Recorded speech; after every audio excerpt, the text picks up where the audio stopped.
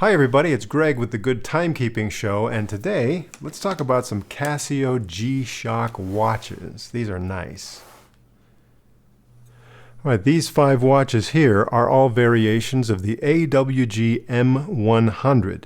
This is the AWG-M100 SB. This is the AWG-M100A. This is the AWG-M100 SBG, like black and gold. This is the AWG-M100F, as in Frank, or as in fire. There's a fire package that Casio puts out every year, and I think this is from 2015. And this one is the AWG-M100S, as in Sam. So this is only, 5 of them. There are others. In fact, if you check out the Casio website right now, the watches that are available readily in the United States are different models. Here's one with a red hour hand, and here's one where it has kind of a black and white color scheme. This one with an orange color scheme, this is part of the fire package for the current year, which is 2018 as I'm recording this. And, then there's this white one, which so far I haven't been able to find it. I'm reluctant to get it myself because I'm not sure if that white is going to stay white the way I treat watches. But these are the ones that are readily available in the US. When I get back to these 5 that I've actually purchased this year, some of them are a little bit harder to find than others, but I was able to find them relatively easily from various sources. This one, somebody had it on eBay in brand new condition. This one I got through jet.com, one of their sellers. This one also through eBay, but it was turned out someone from New York was selling this one. And these 2 right here are actually currently available at my local Sam's Club store. They're right there on the shelf, these ones here. So again, the major differences with all of these watches, it's really all about the different color combinations. You would think they would all cost the same based on, how much can materials cost differently just because they're a different color. But I think it's kind of supply and demand. Some of these colors perhaps are more attractive than others, so you'll find a variety of prices on these various watches. One other major difference that has to do with color schemes is the LCD readout. This is more of a normal LCD. In fact, I don't know how well it shows in the video, but this has a little bit of a green tint to the LCD. But generally speaking, this is dark colors, dark characters against a light-colored background. That's normal LCD. Whereas this one is sort of a reverse of that, lighter characters against a darker background. Some people really like that reverse LCD or negative LCD look as a, kind of a fashion statement. But I will admit that depending on where you are, the general light, just ambient light wherever you are, it can be more difficult at a glance to see the LCD readout on this reverse LCD as opposed to a more normal LCD. So, just something to think of if you're deciding, well, it seems like this might be more difficult to see. It is a little bit more difficult to see, especially in kind of dim light conditions, if you're just at a glance want to see. All right, so let's talk about the major functions of these watches. Now, since these watches are all based on the same module, they're all going to have the same functions and features. So you set them up the same way. I'm going to make one video and kind of highlight the features on all of these watches, and occasionally I'll swap them out so you can appreciate the different color combinations, which are really the only distinction between these various models. All right, so one thing that you'll appreciate is that it features Casio's tough solar technology. That means that the face of each of these watches contains a solar cell, and that solar cell will automatically recharge the batteries, of each watch. So that's nice. Down here you have a little power indicator, so it's either L, M, or H for a low, medium, or high charge on the battery. And so in this case, it's at the high charge, and it's going to maintain that high charge for quite a while. According to Casio, you could set it in a drawer and not have any exposure to light to charge up the battery, and it would still run for several months. I haven't tested that because, well, I like to leave my watches out and wear them sometimes. I think this watch, when I first picked it up, it had been, in a box for a long time before it arrived to me. So when it arrived, the battery state was at medium. And so in order to kick it up to high, what I did was I just stuck it outside in the morning, just on the patio furniture out back. And I let it sit in the sun in direct sunlight with, the face pointed towards the sun. And I let it sit there for about an hour. And I think the next day I did it again. And, after that, it maintained a high charge from then on. You might want to do that if periodically you get down to a medium charge. But once you get up to a high charge, you might be wondering, how much light do you need in order to maintain a high charge on any of these watches? In my experience, just everyday normal lighting. If you do regular work in the daytime, maybe in an office, but anywhere where there's normal lighting, that's enough to keep that battery topped off. You really shouldn't have to set it out in the sun like I did when it had been sitting in a box for several months, or I don't know how long it maybe was in the box before it was shipped to me. Again, just regular lighting. Now, if for example, you wear long sleeves, so the cuffs of your shirt are covering up the watch, well, then obviously it's not going to be able to charge as well because it's covered up. Or if you wear a jacket and it covers up the watch. So as long as the watch is exposed to regular, normal, everyday light, I think you can be confident that you're going to have enough power to keep it going. If the battery is in the high state or in the medium state, all the functions will still be available. When you get down to a low state, it's going to reduce some of the functions, like maybe the radio control function or the backlight function. Some of that might go away. So you'll want to get it up to medium or a high state so that all the functions are readily available on the watch. Now, just for your information, you may be wondering, well, how long is that battery going to last over the years when it charges? Do rechargeable batteries wear out? Well, I suppose they do. But let me just tell you quickly, I'll show you a watch that I've had now for 12 years. This watch here has the tough solar function, and I've had this watch 12 years, and it has been able to maintain a high charge all through that time. And so I've never had to have the watch serviced, never had to open it up and have anybody change the battery that's in there. This watch has held up for 12 years. So I'm expecting this one. I'll check back with you in 12 years and see how well the tough solar lasts on this watch without any need to maintain the battery other than give it some light. Oh, and I think I mentioned radio control for atomic timekeeping. Yes, these watches each have Multiband 6. That's Casio's name for having a watch that can set itself to the right time using atomic timekeeping, and it receives the atomic time radio signal from any of 6 transmitters in different parts of the world. So that's where you get Multiband 6. So there's a transmitter in China. There are 2 in Japan. There's one in North America, WWVB, in Fort Collins, Colorado. Also in the UK and in Germany. So depending on, you've set this to the local time, the watch is going to try to receive atomic time information from the transmitter that best corresponds to the local time that you've set on your watch. And so this happens overnight, begins at about midnight. And if it's unsuccessful, if there's a reception problem, it will try again at 1 a.m. and again at 2 a.m. If it is successful, it'll stop trying.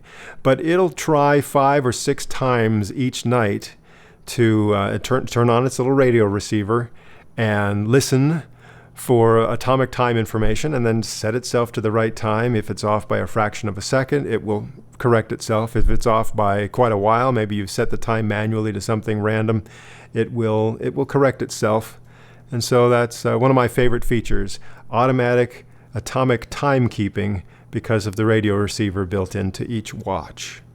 All right, now let's get into the various modes. Of course, here's the default mode. This is the just the regular mode where either you've got the local digital readout for the local time here, and that's either in a 12 or 24-hour format, whatever you've selected. Or if you push this button here, upper left side, you can have the date displayed in that little LCD window there. So they can each do that. Look at that. Date or time in that window on the left. The window on the bottom is going to show you a seconds readout, and then this one here shows you the day of the week. And then right up there, it's RCVD, which means received, and that's an indication that it did successfully receive atomic time information within the last 24 hours or so. Okay, and of course the analog hands are showing you the local time. Now, if you push the mode button here, you get into the world time mode, and you can select a time zone for, well, just about any time zone around the world, I guess. So it starts with UTC, that's kind of the default, or Greenwich time. But then as you push this button here marked forward, it's going to scroll through as if you're going on a map going eastward.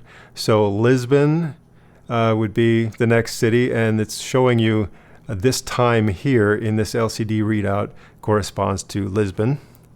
Or, keep going, London, Madrid, Paris. And so you can just keep on scrolling through the different time zones in the world.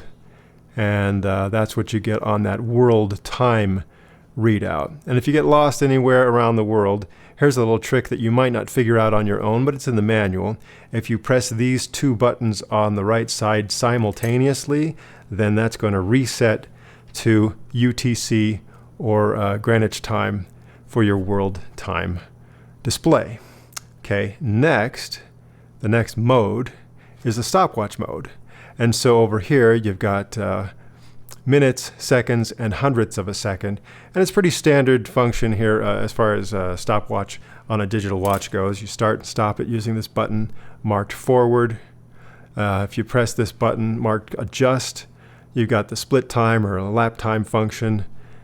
Press that forward button again to stop it, and press that adjust button again to reset it.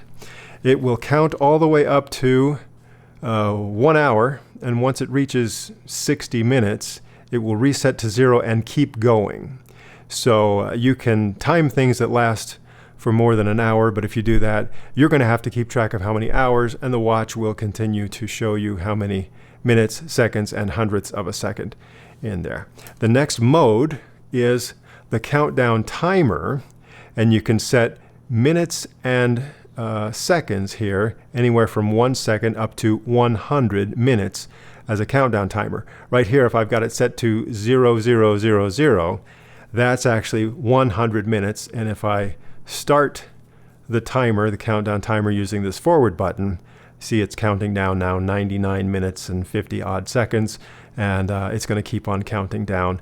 When it reaches 0, it'll beep just like another alarm. Speaking of alarms, the next mode is the alarm mode, and you have, first of all, the hourly signal feature. So every hour on the hour it'll beep.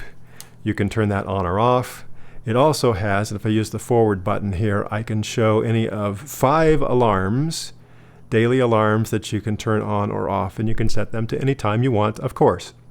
So that's the alarm mode. Now, you may have noticed when the analog hands start moving around, they may cover up the LCD windows on the watch face. And that might be a little bit disconcerting. How are you going to use the stopwatch, for example, if the minute hand is over here covering up this window? Well, there's a slick way to make the hands move out of the way when you're trying to do things that heavily rely on your ability to read these LCD windows.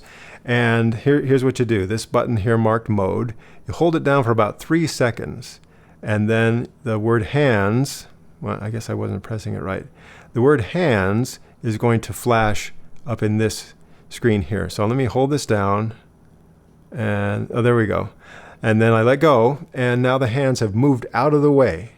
And they're going to stay out of the way so that I won't have any trouble with these LCD readouts. And so I can go through the different modes now. I can use, world time and the stopwatch and the countdown timer and set my alarms and do all of that without these hands getting in the way.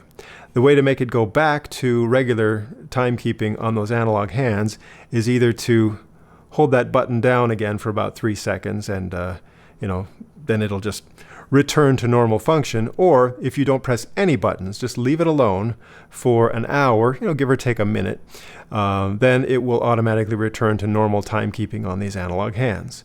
But again, that's something you might not figure out from just playing with the watch on your own. It's in the manual, and I just told you how to move the hands out of the way when you're doing things that rely on that LCD readout. So let me just set that back to normal on the hands. I guess, yeah, there we go. And there they are. Now here's another thing that you might not be able to figure out on your own. It's in the manual, and I'll just tell you about it right now. There's a quick and easy way to swap the local time with the world time.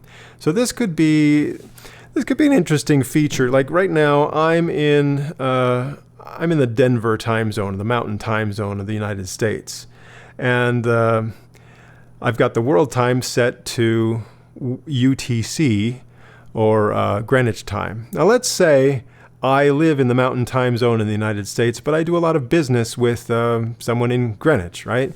So if I want to know what time it is there before I give them a call on the phone or try Skype or something, then there I go, world time, and I know that it's right now 4:30 in the morning, probably not a good time to make the call. So I've got that there. Now, let's say I hop on a plane and I go to this area, wherever this time zone is, and because I do business, and sometimes I travel and go there. So you get on the plane, and there's a quick and fun way to automatically swap your local time with your world time, just with the simple push of these two upper buttons, the one marked adjust and the one marked reverse. Push them at the same time, and look at that. Now my world time is the Denver time zone, and the local time has become UTC, or Greenwich time. And as you can see, the watch hands are now automatically moving to that other time zone because according to the watch now, my local time is 4:30 something in the morning, and my world time is this Denver time. So I go back to the standard, regular timekeeping mode, and there I am in that other place.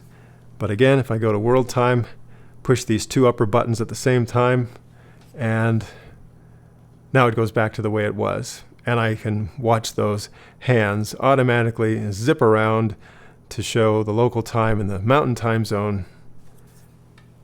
So that's kind of fun. And I'll put it back to, whoops, too far again. There we go. Normal timekeeping. And there you go. Now, just by the way, these watches all feature the resin style, plastic watch band. This gold one has the gold colored accent around the bezel, the buttons, also this buckle here. It just happens to have the gold finish on it, as opposed to all the other ones that have, this kind of chrome silver looking buttons and that chrome silver finish on that buckle there. So, okay, for the sake of going in depth, let me just show you a couple more things. This button down here that's marked forward, when you're in the normal timekeeping mode like this, push this button and the word get appears in this LCD screen, and it shows you the last time it was able to receive successfully its atomic time information. In this case, that was 12:04 a.m. today. So that's kind of nice to know. When's the last time this thing updated itself to see how accurate it is? Also, when you've got it in this get screen here, you can go up and hold down this adjust button, and if for some reason you don't want it to receive the radio controlled time information automatically, here's where you can turn that function on or off. This may be useful if you live in a place with bad reception, or maybe, Australia or somewhere where you're just very far away from the atomic time transmitter and you want to save battery power. You could disable the automatic radio control feature using this setup screen. I'm not going to disable that. I like it. Also, as long as we're going in depth here, let me just go through the main setup screen on this watch and show you how it's done. When you first receive the watch, the first thing you're going to want to do is hold down this adjust button and you're going to get into the setup. So this is where you can choose what your local time zone is going to be, corresponding to a major city in that time zone. Push the mode button, and this is where you're going to choose if you want automatic daylight saving time. So right there, that little thing that's flashing is next to, it says DST. So if you want it to automatically switch for daylight saving time, you have that option. The other options would be, where am I? You could say daylight saving time, you want it to just be off all the time, or on all the time, or auto. Okay, press mode again, and now you can choose whether you want a 24-hour or a 12-hour display of the time, this digital window here. Okay, here's where you can manually set the time if you're not getting radio control reception for automatic atomic timekeeping. So here's seconds. You can adjust that, hour, minute, the year, and the date. Those things can all be set manually. Here's a setting I really like. Now normally, especially on some of my older watches, every time you press a button to get into a different mode or to start and stop the stopwatch, you're going to get a little beep, beep, beep, beep, beep, beep every time you press a button. But you can mute that feature right here, or if I press the forward, see now the key makes a little sound, and that's what that means. So now if I continue,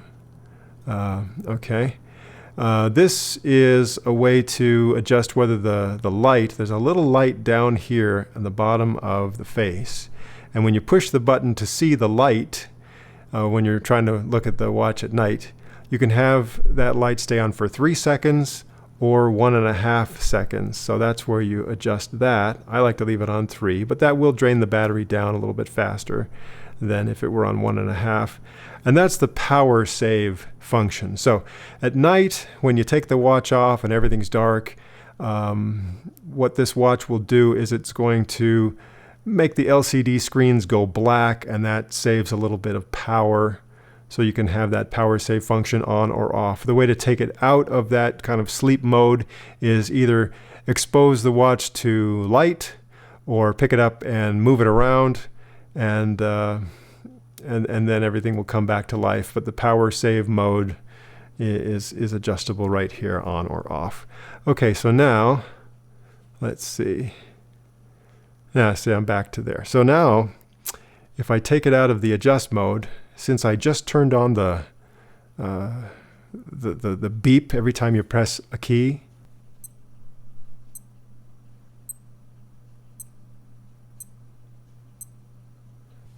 okay, let's take just a moment and talk about the backlight.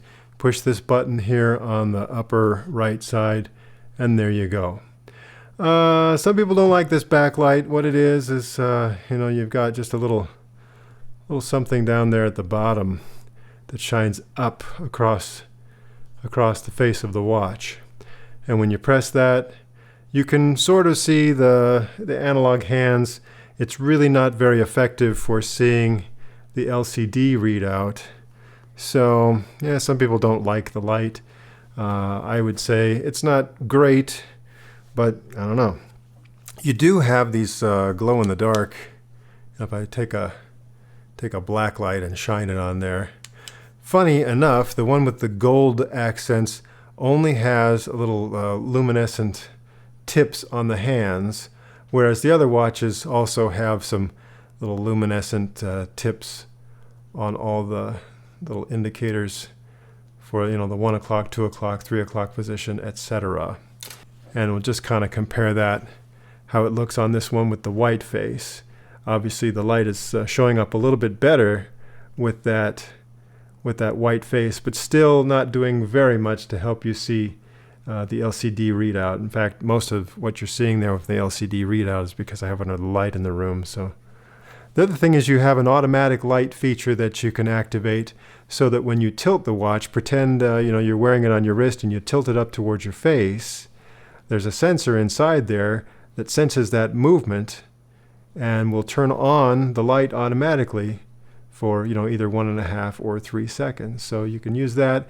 It's going to wear the battery down faster if you do that a lot. But again, if you think you're wearing the battery down, just maybe leave the watch out in a well-lit area a little bit longer every day.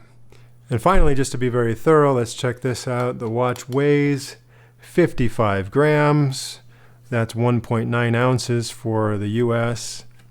If we compare the general size of the watch with some coins, some US coins, that's how big it is.